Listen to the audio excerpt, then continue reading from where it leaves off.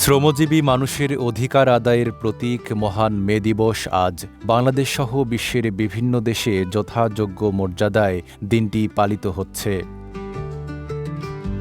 1886 সালের এই দিনে যুক্তরাষ্ট্রের শিকাগোর হে মার্কেটে শ্রমিকরা ৮ ঘণ্টা কর্মদিবস, উন্নত কর্মপরিবেশ ও ন্যায্য মজুরির দাবিতে আন্দোলনে নামেন। বিক্ষোভে পুলিশের গুলিতে প্রাণ হারান বহু শ্রমিক। তাদের সেই আত্মত্যাগের মধ্য দিয়েই বিশ্বজুড়ে শ্রমিক অধিকার প্রতিষ্ঠার পথ সুগম হয়।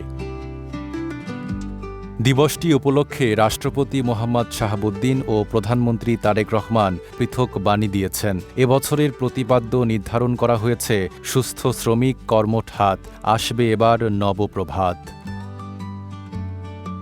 রাষ্ট্রপতি তার বাণীতে বলেন, দেশের উন্নয়ন অগ্রযাত্রায় শ্রমজীবী মানুষের অবদান অপরিসীম। শ্রমিকদের ন্যায্য অধিকার, নিরাপদ কর্মপরিবেশ ও সামাজিক সুরক্ষা নিশ্চিত করার ওপর গুরুত্ব আরোপ করেন তিনি। একই সঙ্গে মালিক শ্রমিক সুসম্পর্ক বজায় রাখার আহ্বান জানান।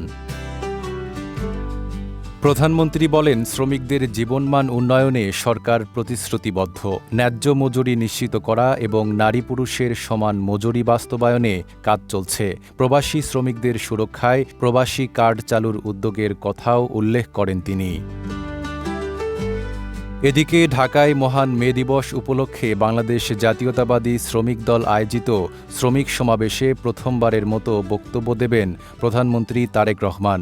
বিএনপি কেন্দ্রীয় কার্যালয়ে আয়োজিত এক সংবাদ সম্মেলনে দলটির স্থায়ী কমিটির সদস্য নজরুল ইসলাম খান এ তথ্য জানান। নাঈম আরাবী, ঢাকা পোস্ট।